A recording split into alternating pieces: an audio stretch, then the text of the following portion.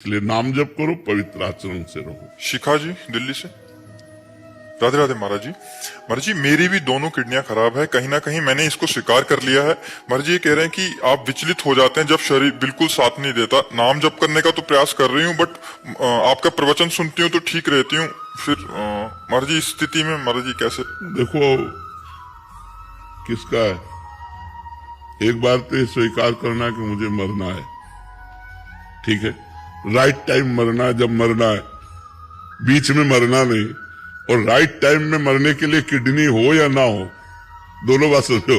Kidney स्वस्थ है तो राइट टाइम जो तुम्हारा है उसमें मरोगे कि नहीं मरोगे, और किडनी अस्वस्थ है तो भी उसी में मरोगे। हमें चिंता क्या करनी है, उचित औषधि लेते रहिए। जो रोग के अनुसार हमें खान पान है उसका थोड़ा संयम रखिए और नाम जप करते रहिए, प्रसन्न रहिए। मरना 100-200 बार तो है नहीं, एक बार मरना, और जिसका जिस समय मरना लिखा है उसी समय मरेगा। हमसे कई लोग कहते हैं किडनी बदला लो। अगर हमको 80 साल तक जीना तो हमारी यही किडनी हमको 80 साल तक जिलाएंगे, और अगर नहीं जीना है तो चाहे पूरी किडनी की माला पहना दो, उसी दिन मरेंगे जिस दिन मरना है।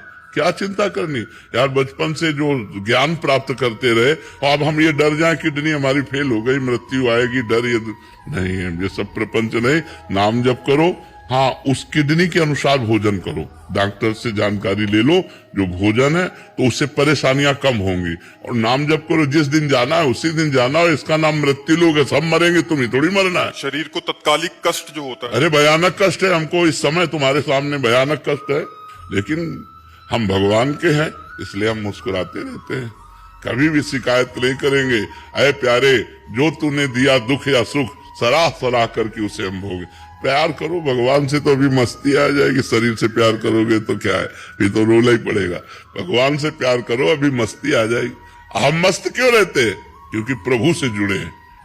अगर अभी हमारा निगेटिव चिंतन हो जाए तो अभी हम डाउन हो जाए, अभी निगेटिव आ जाए तो अभी हम परेशान हो जाए। हम सोचते ही रहे राधा राधा राधा राधा राधा, मस्त रहते। वही हम तुम्हें सिखा रहे कि भगवान का नाम लो और उचित भोजन पवित्र आहार करो, जिससे आपको रोग अपना प्रभाव दिखा के प्रभावित न कर पावे। और औषधियां लेते रहो, जैसे डॉक्टर बताए, जब डायलिसिस का नंबर आवे डायलिसिस, और जब मृत्यु का नंबर आ जाएगा तो मृत्यु हो जाएगी। क्या चिंता करना है यार, एक बार मरना है, सबको मरना है, इसका नाम ही है मृत्यु लोक। यहाँ सब मरना ही है, अपने अपने समय पे सब मर जाएंगे। तो हमारा जो समय आएगा तो हम चले जाएंगे। बस राधा राधा जपो, अच्छे कर्म करो, दूसरों को सुख पहुंचाओ। महाराज जी जो ग्रस्त में है वो कह रहा है एक तो शरीर का रोग, दूसरा परिवार की चिंता, तीसरा है कि कहाँ से धन आएगा। तो इतनी सारी चिंताएं होती हैं महाराज जी। आप तो बाबा जी हैं ऐसे। तो तुम्हारे पास तो कोई है रोने वाला, हमारे पास तो कोई रोने वाला नहीं था। हमारे पास तो कोई 1 रुपया देने वाला नहीं था, हमें तो कोई पानी उठाकर देने वाला नहीं था। एक रोटी भी अगर पानी है तो हमें मांग के पानी है। हमारी कितनी समस्याएं थी, जब समस्याओं से लड़े तो आज समस्याओं का निदान हो गया। पूरे जीवन में 8-8 दिन 10-10 दिन भोजन नहीं, किडनी आज से थोड़ी खराब है। कितनी समस्या, 1800 की दवा लिखी गई तो 5 पैसा नहीं हमारे पास, 1800 की बात क्या। और आज मालिक की नजर हो गई तो आप देख लो, सैकड़ों दुलार करने वाले लोग हैं, अपने आप मालिक व्यवस्था। तो मालिक की शरण में हो जाओ, व्यवस्था कर देगा। देखो बहुत से ऐसे धार्मिक वो डायलिसिस सेंटर हैं जिनमें कुछ फीस नहीं लगती और वो डायलिसिस कर देते हैं। बहुत से ऐसे लोग हैं जो औषधि फ्री देते हैं। जब हमारे पास ना हो तो हमको ऐसे जगहों का चयन करना चाहिए जहां हम शरीर को औषधि दे सके, जहां हम जाकर डायलिसिस करवा सके। ऐसे हैं बहुत से ऐसे डायलिसिस सेंटर हैं जो फ्री होते हैं।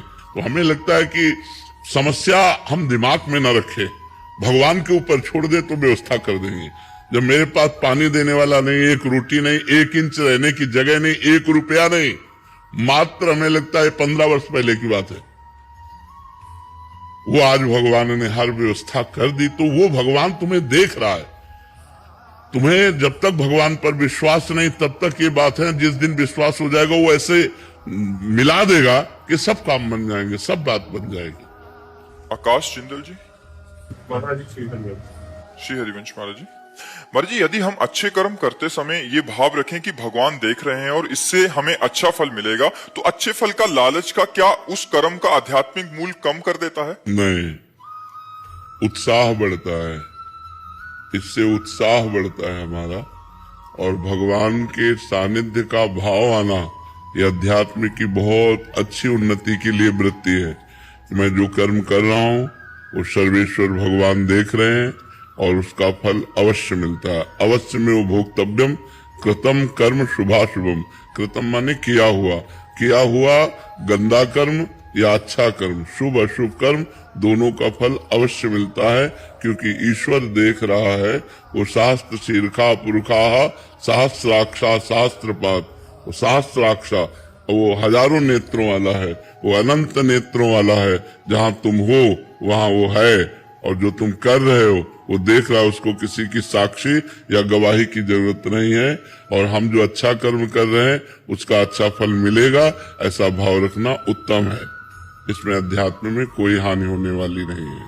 दिलप्रीत कौर जी, जयपुर। श्री श्री हरिवंश महाराज जी, सत श्री अकाल। महाराज जी, आपने एक सत्संग में बताया था कि आत्मा और मन अलग अलग होते हैं, और ये भी कहा था कि जब आत्मा किसी नए शरीर में जन्म लेती है तो उसे अपने पिछले कर्मों के अनुसार सुख दुख या सफलता असफलता भोगनी पड़ती है, यानी प्रारब्ध को भुगतना पड़ता है। लेकिन हमारा सवाल यह है कि जब आत्मा और मन अलग है तो मन तो शरीर के साथ ही खत्म हो जाता है। किसने कहा? किसने कहा?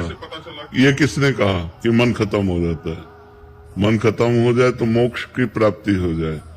स्थूल शरीर छूटता है, मन सूक्ष्म